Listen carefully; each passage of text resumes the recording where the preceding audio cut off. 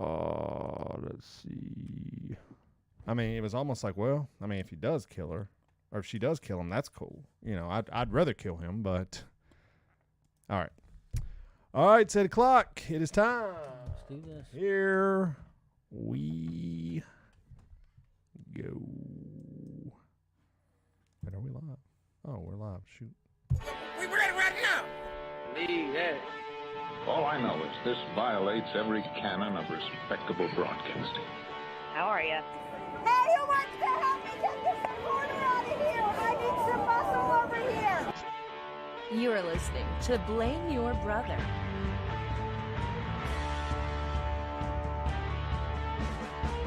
Hello, hello, hello. Welcome, everyone, to Blame Your Brother. We are back after 2 weeks away. We are so happy to be with you tonight, streaming the show live right now on YouTube. Go to youtube.com/blameyourbrother. Subscribe to that channel. You will never miss another live stream. If you do miss it, you can watch it on YouTube or grab it on any podcast platform the following day on Friday.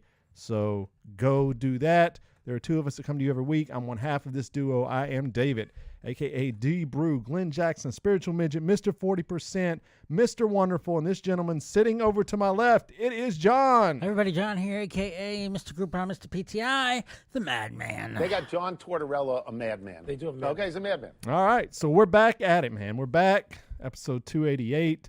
We got a lot to talk about tonight. We went and saw Ric Flair's last match. Woo! We're going to talk about that, what our thoughts were on it. We got to talk about Donald Trump because a lot's happened in 2 weeks, which we will unpack some of it. We got to talk about, we watched She-Hulk. We like that. And tonight, and we got to talk about the Mount Rushmore. Shall we continue to call it the Mount Rushmore? That made the news. I'll tell you about that. But for tonight, the Mount Rushmore of wrestling moments, greatest wrestling moments. WWE for you or just all wrestling? All wrestling. Oh, yeah. Okay. Yes. Duh. Okay. Greatest wrestling moment. So we'll get to that, do our criteria, but let's start off. So now, why are we, back after 2 weeks? I finally got COVID, man. Finally caught the COVID bug. I don't know. Where did I catch it? Well, I went to SummerSlam. All right. So I haven't even talked about that. I went to SummerSlam, WWE pay-per-view event in Nashville. It was fantastic. I had a great time, good crowd, man. It was, everyone was super cool, chill around us. It was fun to watch the matches. The main event, if you didn't watch it or unaware of it, Brock Lesnar, the UFC guy, if you don't watch wrestling, took a tractor and flipped a ring as Roman Reigns, the wrestler who was wrestling against, fell out of it. Was, John, it was bonkers. It was crazy. So I'm glad I got to see that. I had a great time. Now, did I catch COVID there? I mean, it's possible. I mean, maybe that's when I get the bug. I don't know. But let's go to the next night. Me and John, we go see Ric Flair's last match. Now, we get there. It's at the Municipal Auditorium. Pretty good crowd there. What were your thoughts going into it? What were your expectations? Let's say expectations going into the event. I didn't think that his match was going to be great. True. But I figured I'd see a lot of really well-known people, which we did. Oh yeah. And so I mean, it was one of those things that, let's pack it in and let's go along for the ride, and that's what I was there for. That's the best. Now I've heard other people say, how dare you watch it? How dare anyone watch this match? And I'm like, man, these dudes put their bodies on the line every week.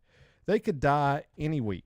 They could be paralyzed any week. I mean, yeah. I'm amazed, honestly, that the amount of injuries aren't more. Every week I watch wrestling, and I watch it every week. I watch Raw, I watch Impact, I watch NXT, I watch SmackDown. I try to watch, sometimes I don't watch all four, but I try to watch as much as possible. I mean, I love it. I love wrestling.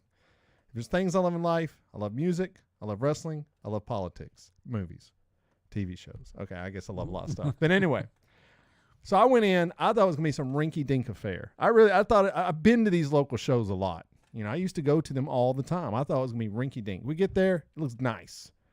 Now, the seating was a little weird. We didn't know quite where we were supposed to sit, but we ended up getting some good seats. Yeah. They were pretty good. The crowd around us was pretty cool. I mean, they weren't like, I was expecting more like Mark fans, more like, they were kind of quiet for the most part. I mean, I was probably talking to them more than they were talking to us. But I will say that the card, great matches start to finish. There was not a bad match, and there was a match with 4 luchadors. Gosh, that was amazing. I don't know who. I know one of the luchadors was Taurus. One was Phoenix. I cannot remember the other 2, but my God, I will say this is literally in the top 3 greatest matches I've ever seen in my life. It was pretty fantastic. I mean, they were doing things that I wasn't even aware were possible, honestly. I mean, I was not aware you could do these things. They were literally picking each other up off the top rope, doing power bombs to each other onto the ground with people. It was wild, dude. Yeah. It was insane. It was crazy. But anyways, we get to the final match. Okay, although I mean, did anything really stand out? The luchador match obviously stood out. I don't know. Like if I looked at the card, I think it was all good stuff. But you know, it's not like WE. It's not concurrent. It doesn't matter. Storylines don't matter. So you either remember, you know. Yeah. I will say Karrion Kross was there, and I was going off to John. It was sounding off. I was like, I cannot believe the WWE let this guy go. I said, why? I pulled up on my phone, and I rarely do that. I said, look at this guy's entrance. This guy is money. This guy should be in the WWE. I was going off. And my God, if that man doesn't show back on TV the next week, John, Yep. that is some weird stuff, right? But anyway, it was good stuff. But then Ric Flair and the entire, it was just electric, man. Jeff Jarrett came out, who he was wrestling against. One of the all-time heels. I've never seen, I mean, I've seen stuff close to it. I've never seen that kind of heel work before in my life. It was the people there. If you would have let them go kill Jeff Jarrett, I think some people would have literally killed him. These people in their minds, whether believe it or not, they in their mind said, this is real. He's trying to hurt Ric Flair. He's trying to kill him. I must kill this man. All right. So the match goes on. What were your thoughts? What was your concern level for Ric Flair? Honestly. I mean, it was 1 to 10. Like 10 being, this dude's going to die. 1, who cares? I'd probably say about a 6. See, I would say I started off at a 2. And as the match continued. Before he came out, Yeah. that's where I was. I thought it was a 2. I thought, because, I mean, in a basic match, it's almost like dancing. Right. There's cues that you give your partner. You have a leader and you have a follower, and you protect each other. Yeah. And when and the people in the match, everyone else in the match really knew what they were doing.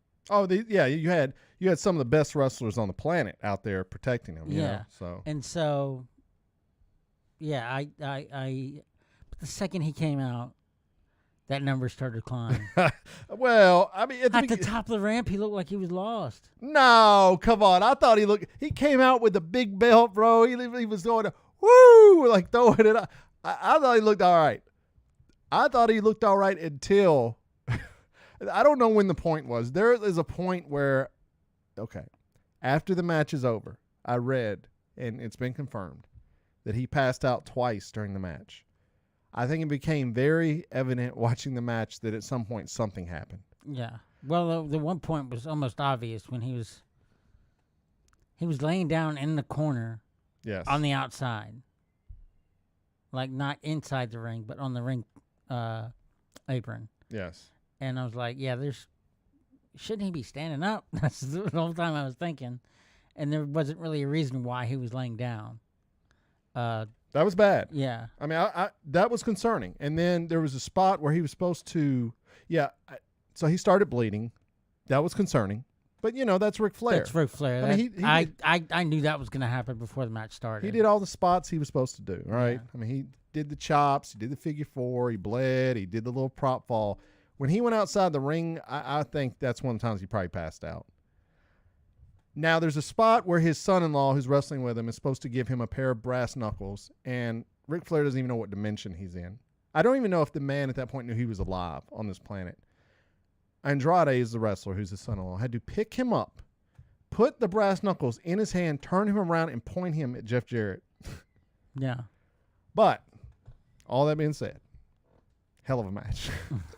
Hell of a match. I want to say this to anyone, you haters out there, and I whether this gets to wrestling Twitter, TikTok, YouTube, wherever it goes. If you didn't watch this match and you say you're a wrestling fan, I didn't want to watch it because you're a phony, you're a scam. Yes, I understand. Me and John said this was not his retirement match. Okay, his retirement match was years ago. This was a circus like spectacle. This was the final match. We understand in the lineage of Ric Flair, no one's going to put this down as one of his top 100 greatest matches, right?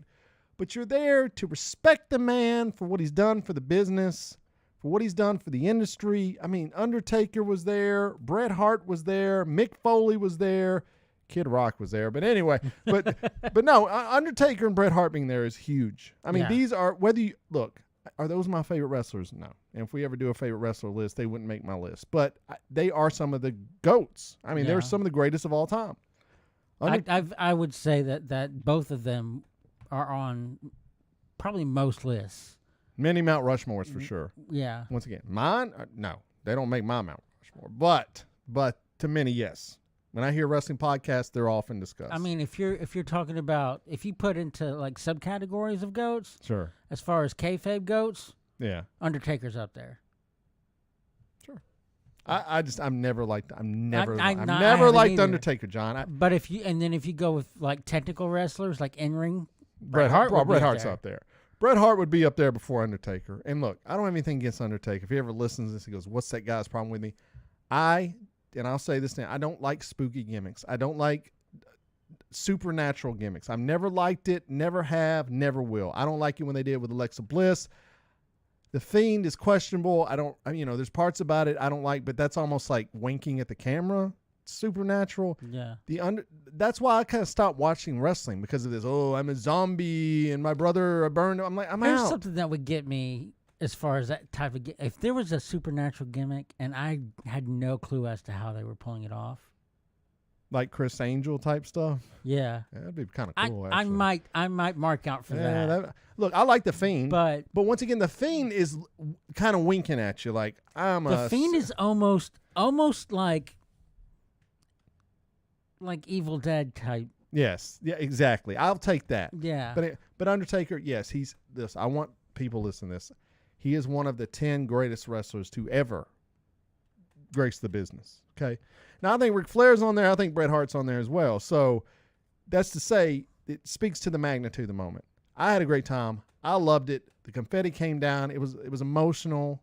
It was kind of an emotional moment. Not like a crying moment, but kind of just like a feel-good moment, you know?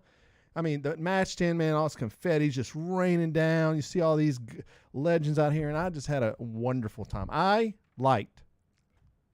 had a better time at Ric Flair's last match than I did at SummerSlam. Legit. I really did. I thought the matches were better. The spectacle was better at WWE, of course. Yeah. But I had a better time at Ric Flair's last match. I don't know. I just had a great time. So that's what we did. So anyway, after that, I got COVID. Who knows? May have gotten it from there. John never got it, so I don't know. I mean, that's why I'm glad you didn't get it. I'm like overly concerned. You were gonna get it, or my buddy Clay at work. And I was like God, if one of those two gets it, man, I'm just gonna feel bad. So I'm thank good you didn't. My wife got it. My daughter got it. My two sons never got it. So who knows? I mean, they kind of live in their own room anyway. My daughter was fine after like 2 days. My wife, took us a while to get over it. Like I said, I was better last week, but I was like, my wife's still kind of, I said, that's just not, anyway. But hey, man, now I'm super immune apparently. So that was my last 2 weeks have been just isolation. How much have you did you not have to go into work much? No, well, I really kept working because I got to work from home, and I never had a fever. But I had a lot of congestion. I had a very sore throat. I felt very kind of tired, sluggish the first couple of days, but never enough like where I was like, I can't work, And so based on that, I'd never know if I ever had COVID. I mean, when you told me that you got it, I tested myself. Right. Well, I knew. When you get sick and you can feel it in the back of your throat, that's when I knew. I said, I've got it 100%. So. But anyways, I got over it, so I'm good. What about you, John? Anything to speak of in the last 2 weeks? Anything in the world of John? I almost set my backyard on fire. Oh, wow, okay. Well, what happened? What's that? Well, as you might have seen, my front yard looks rather weird. As far as the lawn looks, parts of it have been mowed, parts haven't. Well, Okay. my wife started mowing the lawn, and she got to a certain point, and she was taking a break, and when she stopped, she couldn't get the lawnmower going again. She just kind of called it. Now, did your wife normally cut the yard, or is this a half and half? Is this 50-50? She does it more often than I do. Okay. But sometimes I do, sometimes. Now, I do want to say, before you say sorry, the last time we recorded was our 6-year anniversary of the show. Yeah. Which we never mentioned. And one of the early episodes we talked about I know, Pete, this is, the show's radically different now, but the question was, who should cut the grass? I just say in my household, my wife would not cut the grass. All right. And growing up, I mean, I don't know. Did my mom cut the grass? I can't remember. I probably remember my dad cutting the grass. So it was always kind of like this thing of like, men cut grass. But, we've changed. We've evolved. I'd say if women want to cut the grass, go for it. Do your thing. But anyway, continue. Anyway. So the lawnmower is not working. The lawnmower was not working. And the last time it was mowed, I mowed it because I was the one that got it running. Okay. And so she's like, you need to work your magic on this lawnmower. And I was like, all right, I'll go out there. And so I went out there, and obviously, first thing, you always try it first. Right. Just out of the gate, try it. Didn't start. I primed it, still wasn't going. Sometimes priming it's not enough. And there's a trick I learned years ago that if you pour gasoline straight into the carburetor, that'll get it started. John. And so I've done that. That's how I got it started the last time. I got to tell a story after this. We go continue. And so I did that, and it started, and then it like kind of died off. And I let it sit for a couple minutes, and I tried to start it again, and then some flames started coming off of it. Oh, God. I was like, all right. So, and people, at least for me, I associate gasoline and grease as being pretty close to the same thing. Okay. So I figured I probably should pour water on it. So I ran the house, got some salt, poured salt all over the thing. Okay. And it went out. And so waited a few minutes, and then we went inside. I was talking to my wife. I look out the window, and I see smoke. Oh, no. So I'm like, oh, crap. So I run outside. It's a fireball. Like a big fire. The whole thing. So what's your first thought? Like, I'm thinking it might explode because of the gas. yeah, of course. So what do you do? And so I was like, I'm scrambling. So you're panicking. Yeah, I'm okay. panicking. I'm trying to get as close as I can with the last remaining salt that I have to try and throw it on it. But still trying to be like, I don't want it to explode. You don't want to explode. That would have been wild, yeah. And then my wife said, what do we? I was like, call the fire department. If nothing else, ask them what we should do. Right. And so they went ahead and came out. It's still burning when the fire department pulls up. Yeah. Okay. And did they laugh at you, or were No. they were like, good call? I mean, they're like, if you ever see flames, it's a good call to call them. All right. And so That's a lesson, people. Yes. It turns out water is fine on a gas fire. Okay.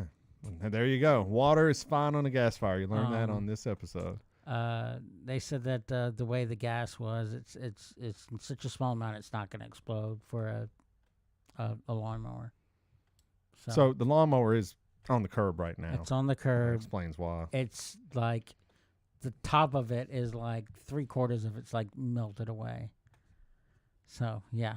That's fine. So we're in the market for a new lawnmower. So okay. Well, that's a pretty big moment. Were your kids here? Asher was not. He was at school. Okay. Emily was here. Just wonder if they were like free, like But we didn't let Emily see it. So. Okay. I mean, she wouldn't have probably cared, but Asher would have been here probably. I don't know. He might have been like, cool. No, he would have freaked out. He reacts pretty well actually in like really dire circumstances. He knows to just like. He's like on the inside, you could tell he's freaking out, but on the outside, he looks like he's calm, and he's just like, I'm going to get out of the way, and I'm going to be here and let you do your thing. And so it's, he handles things pretty well. All right, that's good. But I'm still glad he didn't have to, because after the fact, he does get like nightmares and stuff when he sees stuff like Of course, that. yeah, So, for sure. to avoid that aspect of it was good. There you go. So But that's my big story. that's the big story. Okay, well, I mean that's pretty big. And it's like I said, the fire dudes were cool. Everything was good. Yeah, it worked out. I mean, I got a picture I was just sent, so I'm trying to pull it up real quick. So, all right. Is So this a picture of my wife sent you? yeah, hopefully I don't know if it's gonna come up or not, but we'll try. Yeah, well, there you go. I had a problem, so I want to tell a story real quick while I'm doing this. So years ago, this was many years ago, because I John's advice sometimes I just don't know where you get this stuff from, John, but you went on a road trip. You said, "Hey, man, I know how to conserve gas," and I was like, "Okay." Do you remember the story? I don't. And you said, "Just put your car in second gear Oh, okay. and yeah. drive the entire way there." And I was like, I don't know about that, brother. I was like, that's a little strange. And so you did that, and you only made it about 20 miles up the street. I don't know. You made it like not quite to Kentucky, and your car stopped working completely. Now, where did you hear such a thing? I don't remember where I heard it.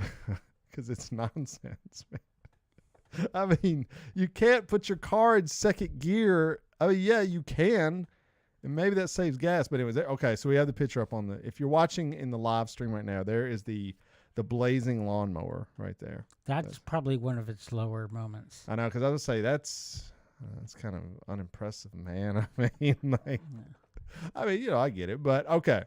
But anyways, so do not. I would say don't pour gas. What were you saying? Pour gas into the carburetor? Yeah. Do you still sticking by that after this?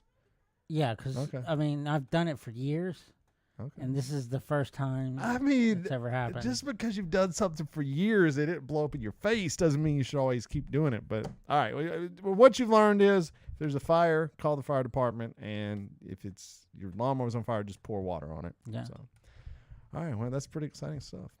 All right, well, let's move on then. Speaking of exciting stuff, She-Hulk, the show, dropped today on Disney Plus. It is the new Marvel movie, Phase 5, 6, 5. Who cares? Phase 5 and a half, 6. Sure. All right. If you don't know what She-Hulk is, story of Bruce Banner's cousin, who is a lawyer and becomes the Hulk. Now, the comic book was very, if I say Deadpoolish to people, I hope they understand that I'm talking about She-Hulk in the comic book would talk to the audience. She was breaking the fourth wall. She actually did it before Deadpool. Right. So this was John Byrne back in like the 90s. I read the series at the time. It was good enough, John Byrne, I think he's great. And, but she was always, anytime you have a character called She-Hulk and there's already a character called Hulk, like it's like She-Thor, She-Captain America. It's kind of goofy.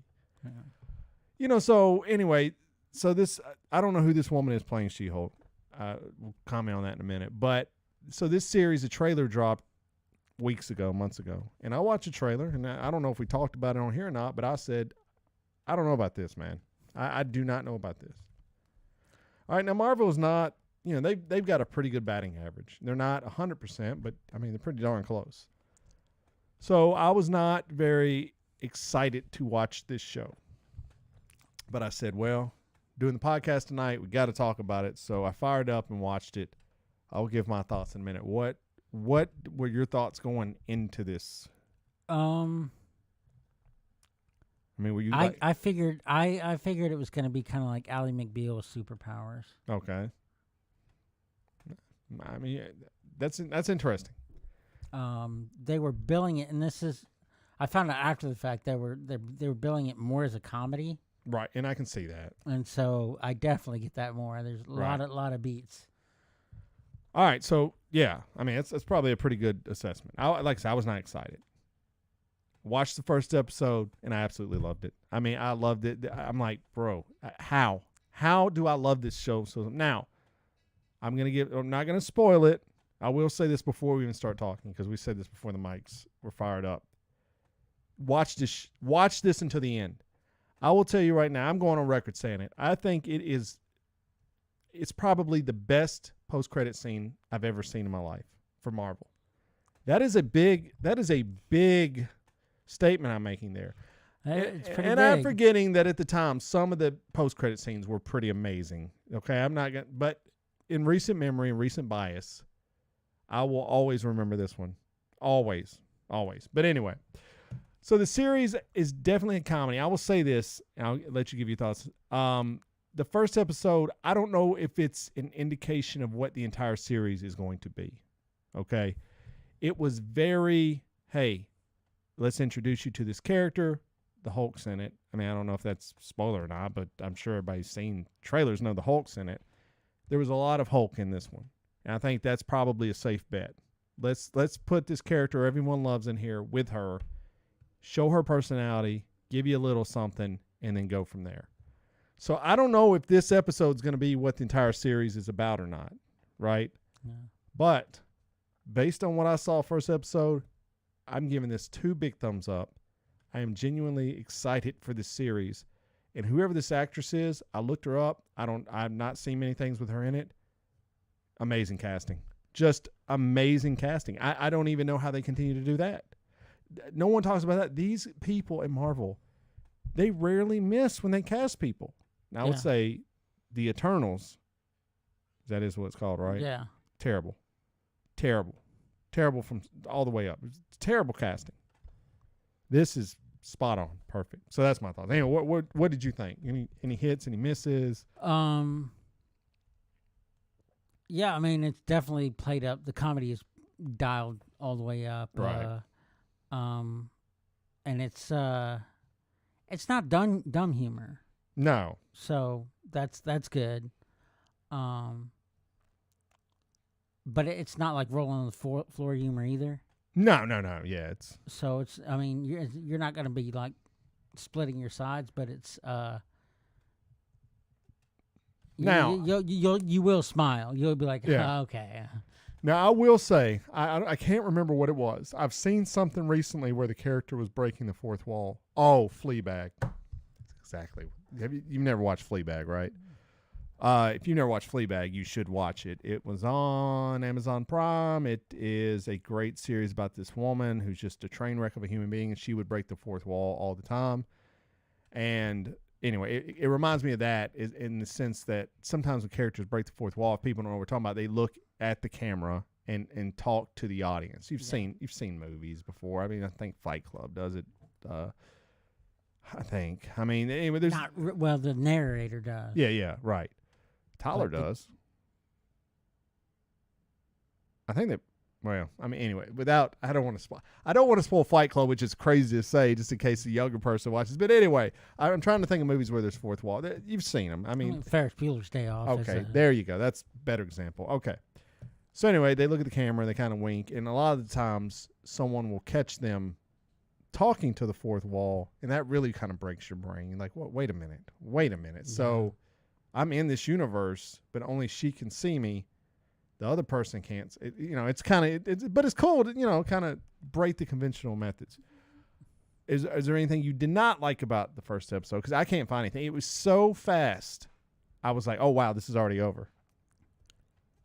I mean, I thought it was just like, whoever paced it, kudos to you, sir, man, because it was so quick. It was just, you never had a chance to even really give it any thought about maybe. Yeah, there's part you could process a whole lot. Right. I don't know. I guess there's a little bit between her and Hulk that I thought could have been really a little less even.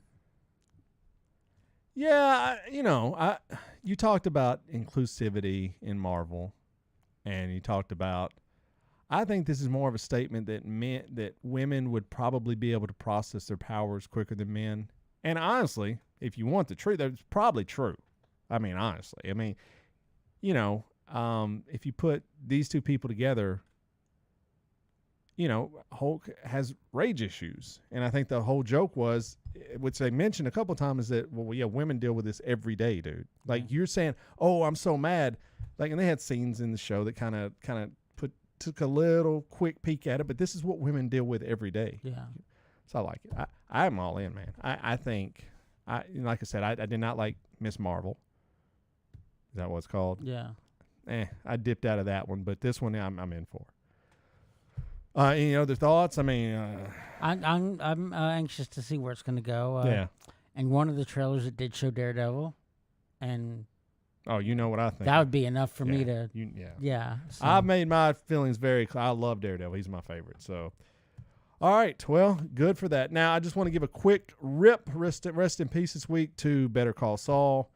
I know John's still playing catch up, and we'll discuss when he catches up, but I loved it.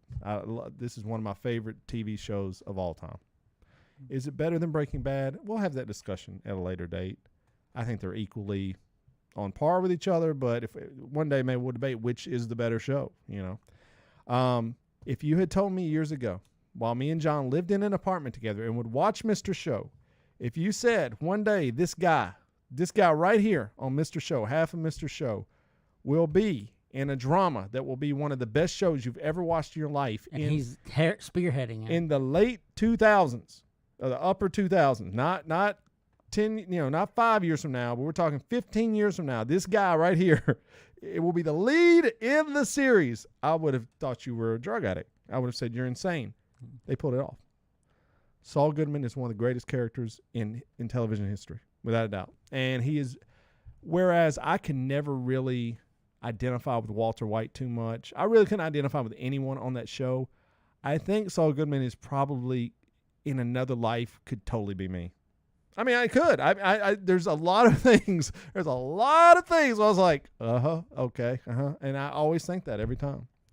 I was watching Shrek the other night with the kids, and there's a scene where Lord Farquaad, the bad guy, he pulls out the enchanted mirror and he pulls it up and he goes, I want to be a ruler. And he goes, well, you can't be a ruler. You're not a king. And he has one of the henchmen pull out a mirror and break it. And he goes, not a king yet. And I was like, that's the most David thing ever. Like, you always got to be willing and pelling, man. You always got to be coming up with, and Saul was always that. I mean, he was always thinking, how can I get out of this jam that he put himself in most of the time? Yeah. I always thought that if my brother was a lawyer, he'd be Saul. He'd be Saul. I can see that. But yeah, I mean, I just love him as a character.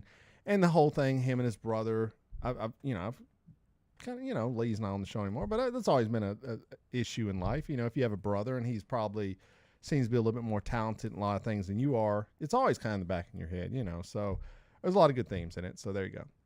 All right, well, let's talk about a man that is truly a bad guy, to me, has no redeeming qualities, unlike Saul Goodman, is Donald Trump. And Donald Trump has been having one hell of a week, is to put it lightly, I would say. Like since we've been out, John. I mean, I don't even know I don't know where anyone really pays attention to like what's happening in the world. Like, how tuned in are you to Donald Trump's experience over the last 2 weeks? They raided Mar-a-Lago. Yeah, that's about. Okay. So yeah, I mean they raided Mar-a-Lago, which is pretty wild. Yeah, I mean it's pretty wild. It turns out the reason they raided, I would say they executed a search warrant is probably the better word for it. I think raided is probably a term his people use, but they executed a search warrant because the man had classified documents that are at the top echelon of classified documents you would ever have. Now, I don't know that it's ever come out what these documents are. Some people say it's nuclear secrets. Some people say it's this. I don't know what they are, okay? I know it's a bad look, okay? I know that several months ago, they told him, dude, we need those back, like right now, dude. You cannot have these documents. And they're like, we don't have any more. I'm like, you don't have it? What are you talking about? So they went to a judge, and I keep coming back to this because John knows, like, we were in Police Explorers together. I've worked at the police department. I worked at the police department for almost 20 years. You do not take a search warrant to a judge and he's just like, yep, I'm signing off on this thing. It must be meticulously worded. It must have examples. You must have probable cause for it because the judge is putting his name on this document saying this legally works. Not does he agree with it, but does it legally work? Have you provided enough proof that something may be there? And they obviously did. I mean, the documents were there. So, I mean, I don't understand what the MAGA cultists at this point are screaming about. But they have bolstered up behind this. They're saying this has never happened before. And I'm like, well, yeah. I mean, it's never happened before because no one's ever done this before. So on top of that, you have January 6th commission happening. You have the search warrant of Mar-a-Lago happening. You have today, as just as I left the house, his CFO of some Trump Financial was arrested for tax fraud. He could be serving 5 years in prison. He pleaded guilty to 13 counts of tax fraud, CFO of Trump's company. And that can't look good, right? Rudy Giuliani today testified for over 6 hours about election fraud in Georgia. I would say it's not looking good for Trump. Now, I say it's not looking good for all of this. The numbers are up. His followers have donated more money. They've bolstered behind this guy. They have said they want to defund the FBI. John, this is the same group of people that lost their minds. When people said defund the police, you would have thought the worst thing that ever happened. How dare you say defund the police? How dare you even mention the police be audited? How dare you? This is law and order. And now they're the ones at the forefront saying defund the FBI. You can't even make up this irony behind these people. And I know at this point now, and I heard, God, I can't remember, but one of the great newscasters was on, Sam Donald. Is that his name? God, I can't remember his name now. He said it, and I agree with this moment. He said, at this point, anyone that's still behind this guy, you have to let them go. They are past, they cannot be redeemed at this point. So, John, I mean, I'm all in it. Like, I'm on it every day. I'm thinking about it every day. What are your thoughts about this entire situation? Do you think it's crazy that the FBI went and executed a search warrant on the president at his house for classified documents that contain potentially nuclear secrets? If it had been anybody but him, yeah, I'd be pretty incredulous.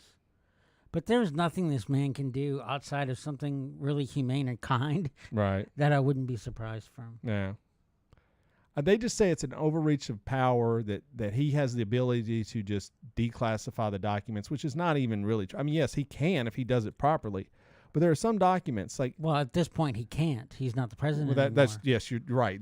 Of course, he's pulling up people now going, well, he did it. It's like, well, I think there's probably more than just saying you did it, right? I mean, I hope you just can't go around going... That's kind of like that episode of The Office where Michael starts, I declare bankruptcy. You know what's hilarious? Because John does not watch... You don't watch my TikTok, right? No. I literally made a TikTok where I have this Donald Trump mask. It's like this massive head mask. You've seen those, like, and I played the clip of Michael Scott's audio saying I declare bankruptcy while I'm holding documents saying this is how Trump declassified documents. That's hilarious. You said that. Great minds think alike. People like that video, but at this point, man, I don't know, John.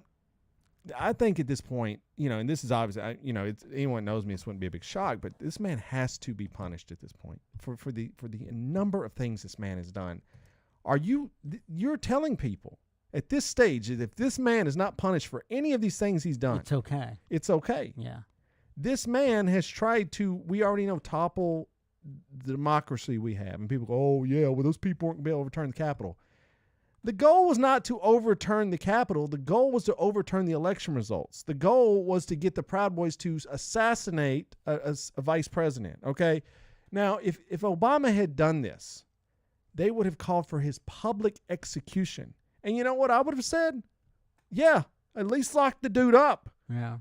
I don't understand these people. I've been a Republican, John. I've been non-Republican. I've been independent. I've been this. I've always I've called it fairly as to who the person was. Like, I could not stand Bush at some point, him and Cheney. I said, these people are criminals. They're crooks. This guy's I don't know how people look at this. And I don't know what reality we're living in where we're seeing such a drastic, this guy's a terrible human being. Like, that's my thing. Like, yeah, if you want to put up, like, Ron DeSantis, I think he's a terrible human being as well. So probably not a good example, but like a Liz Cheney. Like, I don't agree with her on most things, but I think she's a good person. Mitt Romney's another good example. I mean, philosophy-wise, me and him do not see eye to eye, but I think he's a good person at his heart. I think he's trying to do what's best. And I think if at the end of the day, when push came to shove, he never would have done any of this. That's really the litmus test. Would any of these people done any of this? No.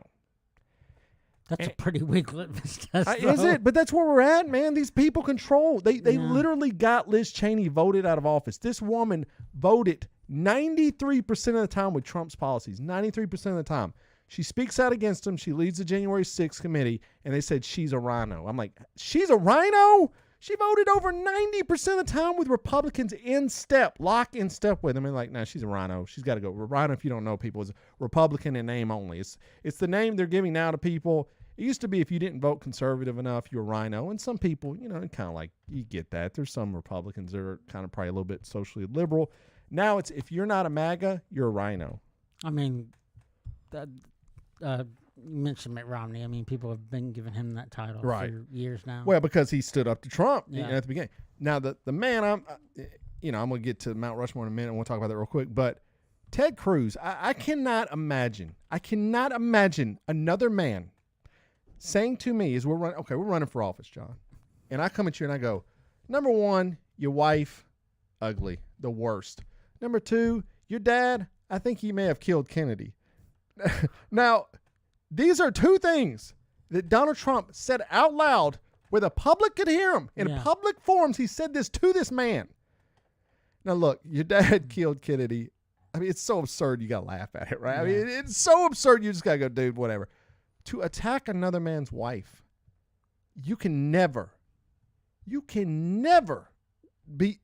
take that guy seriously ever again. Ted Cruz is a bootlicker now. He loves Trump. Yeah. Which I'd have never thought. Unreal, dude. It's unreal. But anyway, all right, man. Trump, hell of a week. So there you go. Just a short recap. Okay, let's real quick. We're gonna get to the Mount Rushmore, but Jalen Rose, basketball player at one point. Now he is a sports analyst. I'm not sure where, but he put out this video, and it's on our Instagram page if you want to go check it out. Instagram.com/blameyourbro, I believe. He put out a clip saying that Mount Rushmore is offensive to Native Americans because Native Americans basically are buried underneath it, and that he thinks the term Mount Rushmore should never be used again because it's just there's problems with it, historically speaking. What say you real quick? I mean, do you think there's a problem with it? To use the term? Yes.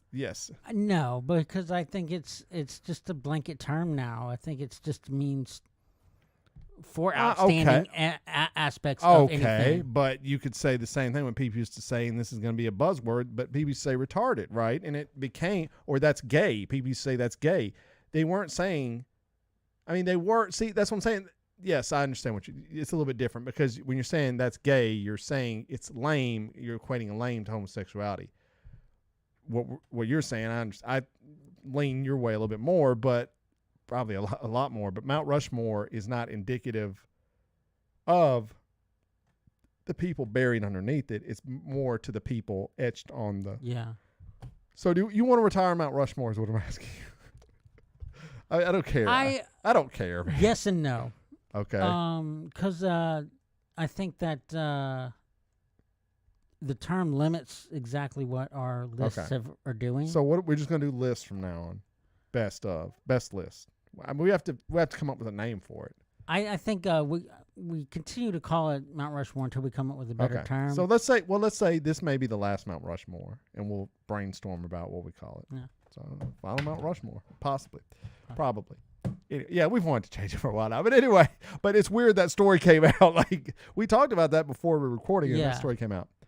Mount Rushmore, final Mount Rushmore, possibly wrestling moments. The moments that just what is your criteria? Because I don't really know how to describe it. Almost moments that that transcended just the limited wrestling world. Right. Just things that stood out that maybe changed the face of the sport, and maybe, or just was just like unforgettable. Yeah. Okay. Yeah, I would say if a casual person probably knows about them, they might be on my list. Yeah. Like, these were moments that transcended wrestling. Yeah. And, and some might, but hardcore wrestling fans definitely know these moments. So, all right, who goes first? I have no clue. Okay, so last time we did movies, you had Jaws first, and I had Star Wars first. Who do you think went first? Well, I probably did then. Oh, really? Okay. All right. So I get to go first this week. Okay, I'm gonna go. So, man, what a crazy. I mean, I know there's going to be several that's on both of our lists. Man, I almost want you to go first, but okay, I'm gonna go with one that just for me stands out. This is the first one I remember, and most time you talk to people, it kind of defined an era. But I'm going to WrestleMania 3. Hogan slams Andre is my number one. Hogan slams Andre. Now, the reason It's definitely on my list. the reason this is so important is because this is the moment that wrestling became a cultural deal. I mean, Vince was It building. became mainstream. Yes. I mean, Vince was building this up. He wanted this. And this was the one where you went to school the following day and said, did you guys watch this happen? Because you remember, we are kids when this is happening. We believe this is 100% real. And the storyline, The build-up was amazing. and the question was, can Hulk Hogan pick up this giant? I mean, they built Andre as a giant. He was, as far as actual giants, this was the closest we'll have. I mean, this guy was, to a young child, this guy was 8 feet tall, and he weighed 7,000 pounds, Yeah. And here comes Hogan. I mean, the man of the people, Hulkamaniac's going to feed him up. And the question, and the commentators did a wonderful, perfect job. It's one of the best called matches as far as storytelling. Can he do it? And early in the match, he can't, and as a child, you're like, oh no. Like, Because it looked like he hurt his back. yeah, because, you at that age, I was probably, what year did that come out? Like Oh, 84, gosh. 85, something like that. So I'm like 7 or 8, whenever it Yeah. is. It's somewhere in that range. And you have fed the narrative, especially in the 80s, that the good guys always win. Like the bad guys, yeah, they may get the comeuppance, but the good guys win the big ones. And it was like, I don't know. And I remember being elated when he slammed him. It was like, it was one of the greatest moments in the history of my life at that point in my life. Now, how was I getting these pay-per-views? Because we were poor. My dad had learned to scramble every wrestling pay-per-view somehow with a VCR and some magic. We watched Tracking button. the tracking. We watched every wrestling for free. It's wild because people are like, man, those things were like expensive. Yeah, we never paid for them. Like, so occasionally some stuff would go out, but for that match, it was, I remember where I was sitting watching it. It was crazy, but yes, Hogan slams Andre. That's my number one. That's impactful. So, all right, you're up, John. What you got? It also involves Hogan. Okay, I figured. Go ahead. It's the formation of the NWO. Oh yeah, that's a good one. Hogan, who for 16 years was the good guy, the golden goose Oh yeah. of wrestling. Yeah. And you got these two guys who are trying to, overthrow all of WCW. They have the secret man, and for some reason they still one-upping the good guys. And suddenly you hear the Savior's music pop up, and you're like, oh, he's going to turn the tide. Nope. And it wasn't immediate because he can't. So Hogan runs in. It wasn't like it took a beat. He didn't come in and just because Hall and Nash scrambled out of the ring, Right. like they were scared. And it was, who did he end up beating up? It was Randy Savage. Randy Savage. Can I just say, Randy Savage, just one of the best of all time. Oh my gosh! You mentioned WrestleMania 3. Oh yeah, that's And as far as classic wrestling matches Yeah. go, him and Ricky the Dragon Steamboat. well. Funny you say that because August 29th and 30th, Ricky Steamboat will be in Nashville doing a meet and greet for $50, and you get to meet Billy Corgan. And there's wrestling matches, so I'm like, what's happening right here? So anyway, yeah, everything comes around. Steamboat was on AEW last night too, so he's back. But anyway, yes, the NWO was a magical moment. Yeah, I definitely would have had that number 2. Yeah, because like you say, it piggybacks off the first one. Hogan was this universal good guy, and this really, man, what it did for his career is unspeakable. I mean, you can't even measure it. It extended his career forever. Yeah. Hollywood Hogan, I mean, one of the greatest heels. I mean, but the thing, he was I don't want to say he's one of the greatest heels of all time because there's part of me that says you shouldn't really cheer for the heels. And there was definitely, I know a lot of people were throwing trash and things like that, but over the next couple of weeks and months, they were cool. They were good guys, right? And that kind of broke the standard of storytelling as well. That had really never happened before. There weren't like cool bad guys. Yeah. So on that sense, yeah. I mean, it kind of shifted the industry as well. But it's a great moment. I mean, if you want to watch some great, and it's Bobby Heenan doing just amazing. He almost plays his hand though, because before Hogan hits the ring, he goes, "Whose side is Hogan on?" And you're watching live going, "What? What do you mean? Whose side is he on?" But yeah, NWA formation definitely up there. What was that? That was at Bash at the Beats, 96. 96, yeah. All right, good one. All right, my number 2, you got to go with the greatest. This is who I think is the greatest wrestler of all time. As far as not technical, but just the guy, if I'd say who is the best of all time, who's the Jordan of wrestling, well, it's got to be Stone Cold Steve Austin. And in the year 1996, King of the Ring, after he successfully becomes King of the Ring, he cuts the most famous promo of all time. Austin 3:16 says, "I just whooped your ass." And let me tell you something. I went to SummerSlam, brother. You know how many Austin 3:16 shirts were there? A lot. Like, you go to any event, you're going to see one of two shirts, NWO or Austin 3:16 everywhere you go, dude. And that promo, off the cuff, was directed at Jake the Snake Roberts, who I guess he was a born-again Christian. There were John 3:16 signs in the crowd. And he's like, "I see your John 3:16, but what Austin 3:16 says." Yeah. But it was about Jake Roberts, who was a born-again Christian, I guess. So it's one of the – I mean, this is how Austin became Austin. I mean, without Austin 3:16, I mean, does he go as far? I don't know. That was an off the cuff. Right. That was not written. That was not – that was just him – How did no one ever come up with this beforehand? It's really kind of crazy to think about, because you're right. A lot of times the signs are in the crowd. Yeah. He took that sign, like you said. He took the what he was living, or the gimmick, and he turned it into the number one catchphrase. Yeah. I know NWO, the logo, but Austin 3:16. You say that to anyone, they know what you're talking about immediately. So, yeah, the birth of Austin 3:16, King of the Ring 96. All right, John, you're up, number 2. It's odd that these things are, well, except for your first one, these 3 events all happen rather close together. All right. I'm got to go with, we mentioned him earlier, Bret Hart, the Montreal Screwjob. Got to go. That's number 2. Yeah. I had that. I was hoping you would grab something else, because that's a good one to have. Yeah.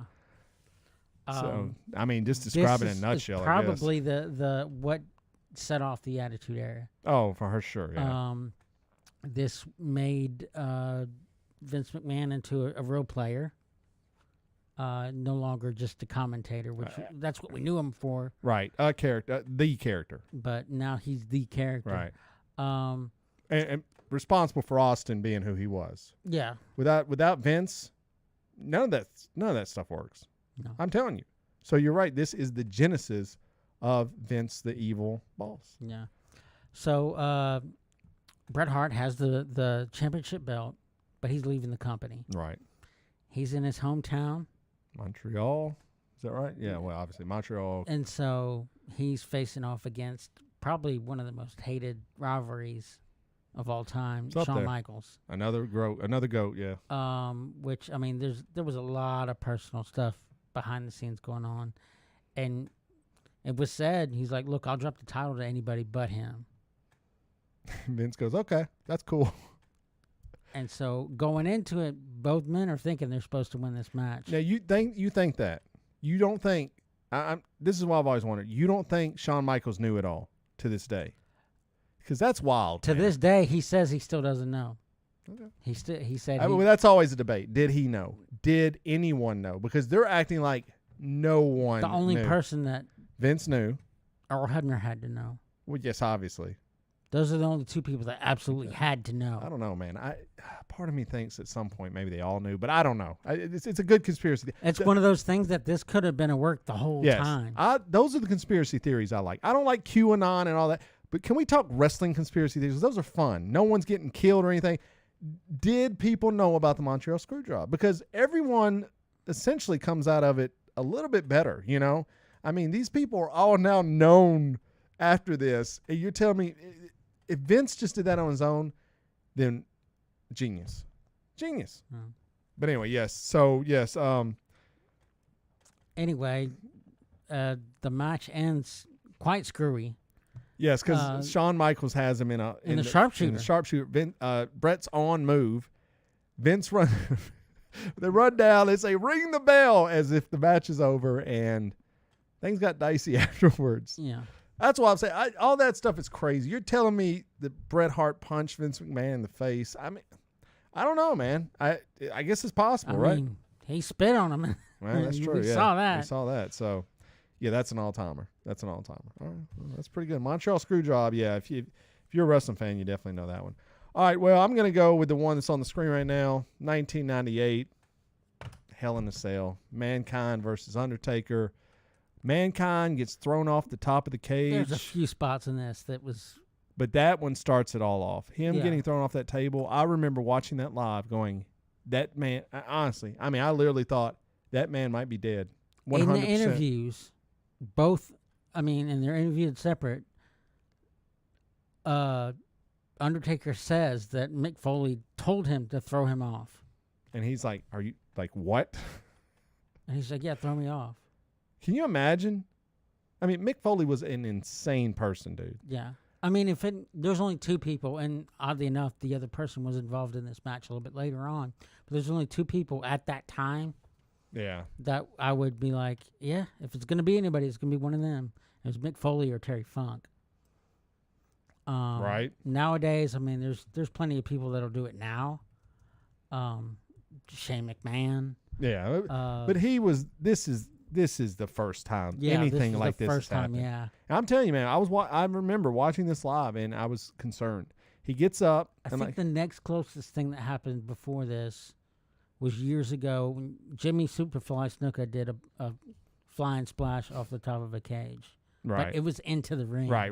It wasn't on the outside. Yeah. And it wasn't into a table. Yeah, crazy. Yeah. Just crazy. If you've never watched that, you don't even have to watch the whole match because it gets brutal after that. I mean, he goes through the top of the thing. You know, That part was not planned. right. That cage was supposed to hold. He was supposed to just choke slam him onto the cage. Right. That was supposed to hold, but the cage opened up and he fell through to the mat. And interviewing Undertaker, he said, "Oh my God, I just killed Mick Foley." Well, Mick Foley says that's the spot that hurt worse than the table. Yeah. The table looks better. The table looks like it hurts more. This hurts more because he was knocked out. Well, he didn't know it was coming either. Lost teeth, knocked out. Yeah. And then part of the thing fell on top of him too. Crazy. But Hell in a Cell, Mick Foley being thrown off, just what a moment. So, all right, John, you're number 3. My number 3 did not happen in the ring. Okay. It happened on the top of the rampway. Yeah. It was probably one of our favorite wrestlers, the Notorious Pipe Bomb. Yeah. CM Punk's Pipe Bomb. You suck, man. That was totally going to be my last one. CM Punk is my favorite wrestler of all time. So if we ever wonder who's the number 1, CM Punk. It's not even close. But anyway, yeah, talk about the Pipe Bomb real quick. I mean, he calls out and he uses real names. It's really like you're thinking, how's he getting away with what he's saying right now? But it was, I believe it changed a lot of what was going on in wrestling at the time. He calls out The Rock. He calls out Triple H. I mean, just everybody in the McMahon, how things were working, how things were running. And he was just sitting Indian style at the top of the rampway. Yeah. It's great. Yeah. Yeah, I mean, I definitely was watching that live, and I would watch anything Punk, and I lost my mind. I was like, this is one of the greatest things I've ever seen, culminating in one of my favorite matches of all time, CM Punk versus John Cena in Chicago. I forget what, I think the pay-per-view is Money in the Bank, and it's one of my favorite matches I've ever seen, history. So, all right, that's pretty good. So, all right, I'm down to my last one. Man, I've got some great options here, and I'm just going to have to go. I'm going to go, ooh, jeez, man, they're all so tough. I don't know what to put it for, but let's talk about, we talked about this guy earlier. I don't know if, once again, I don't know if the casual wrestling fan may know about this moment, but to wrestling fans that were there and watching at home, when Undertaker's streak ended at WrestleMania 30, that was some crazy stuff. You say you want to watch, go watch that match. Go watch the crowd's reaction once it happens. There's a meme of a black dude. It shows up all the time. I mean, there are two memes. There are two memes that pull up for wrestling fans more than any other. And one of them is this black guy, and one is this little girl. The Miz girl. The Miz girl. The black guy, he is in so much disbelief. They said, I mean, they said. There might as well been like Satan himself come up in the middle of the ring. Yes. Would have gotten a similar reaction. They said people there, they said you could hear a pin drop almost because, I mean, it was unexpected. Now, it was against Brock Lesnar.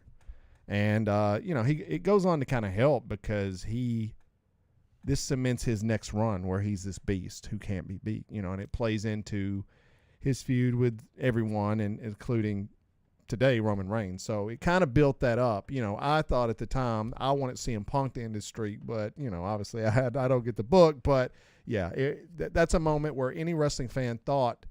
You talk to any wrestling fan when they do predictions before events, everyone would pencil in Undertaker will never lose it at WrestleMania. Never. And guess what? He lost. So, yep, that's my last one. End of the streak, WrestleMania 30. All right, John, your last one. All right. This one's kind of dark.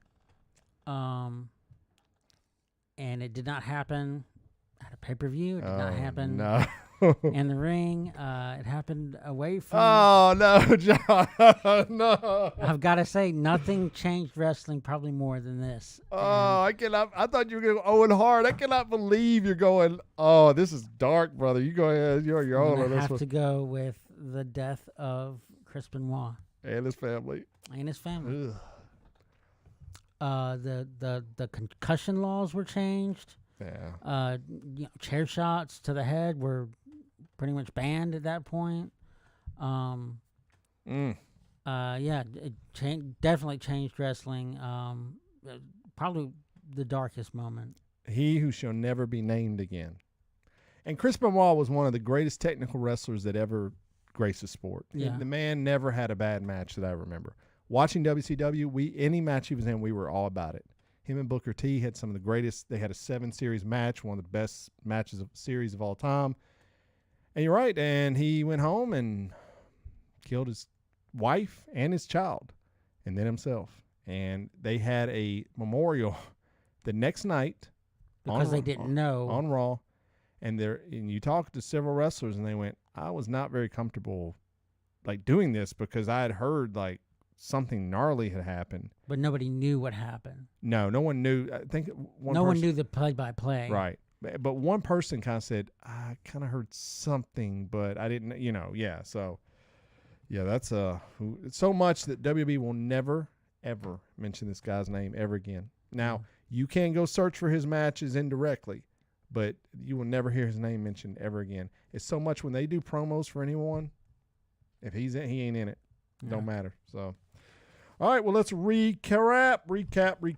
I got Hogan slams Andre. I've got the birth of Austin 316. I've got Mick Foley being thrown off Hell in a Cell and the end of the Undertaker streak. John has the birth of the NWO, the Montreal Screwjob, the Pipe Bomb, and Chris Benoit's death.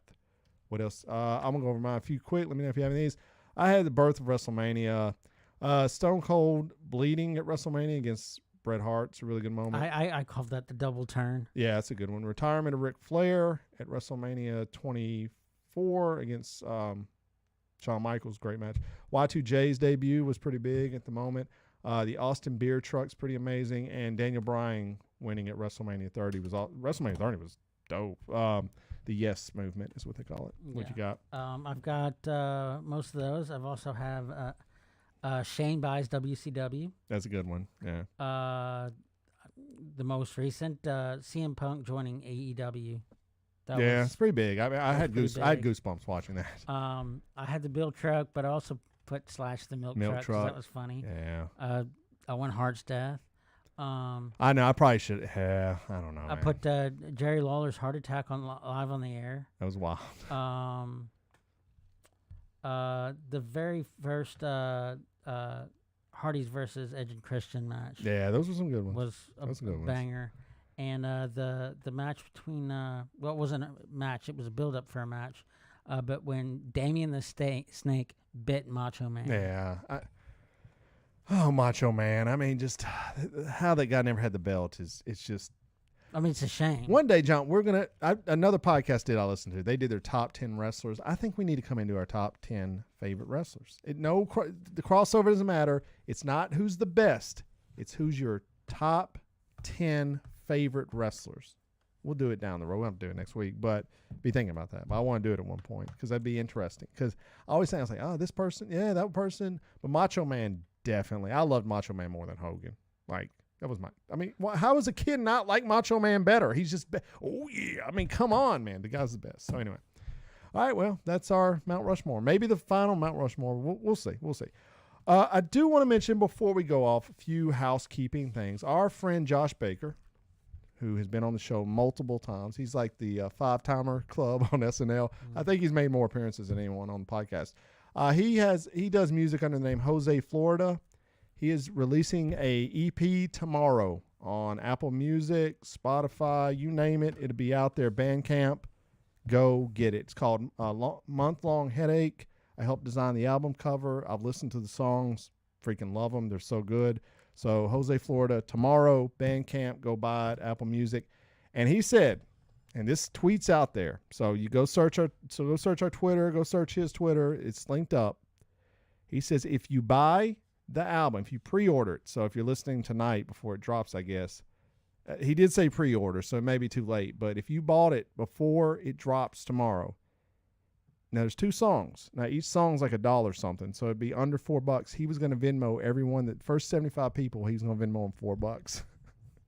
So I put it out there. I don't know if anyone did it, but I try to warn you. But Josue Florida, be looking for that. And, of course, Local 615. This hat, man, everywhere I wear this hat, people just love it. And all of his merchandise, people love it. I go out, people know this guy.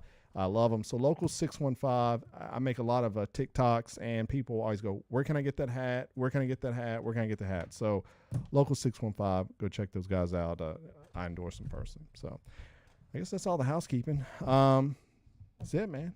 We're back. We're back at it. So yeah, go check out the website, bybpod.com. The Amazon link is gone. It no longer works. We're out of that program. I guess we weren't making enough bucks for them, but that's all right. Who cares? I mean, all of our past episodes are on there. All of our social media eBay. links. No. Yeah, ebay.com. Use the code BYB. See what happens. I really need to get a code from Local 615. Maybe partner up with him just to get his word out. But anyway, no more. I mean, if you want, I always say this about the Amazon thing.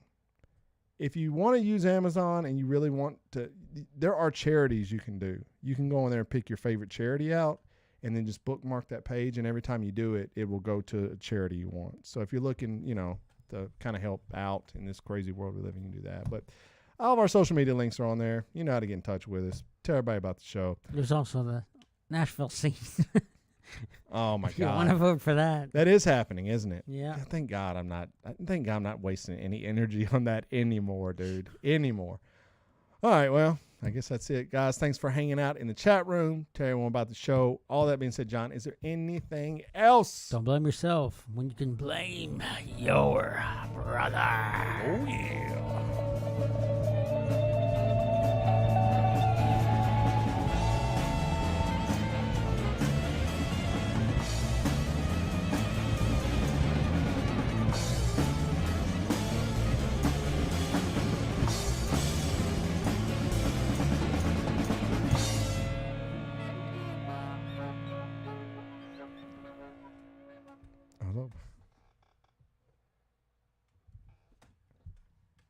As we're just sitting here now, I'm trying to We're play. gonna treat all you women the way women ought to be treated. This is like bonus for everyone listening. That's what a quote. We're gonna treat all you women the way women ought to be treated. Oh my God! Can you imagine saying that? When I get to town, we're gonna treat all you women, the way women ought to be treated. He's a real big dude. You're nothing to have the son of a plumber. Here we go. Woo! Woo! Woo! Woo!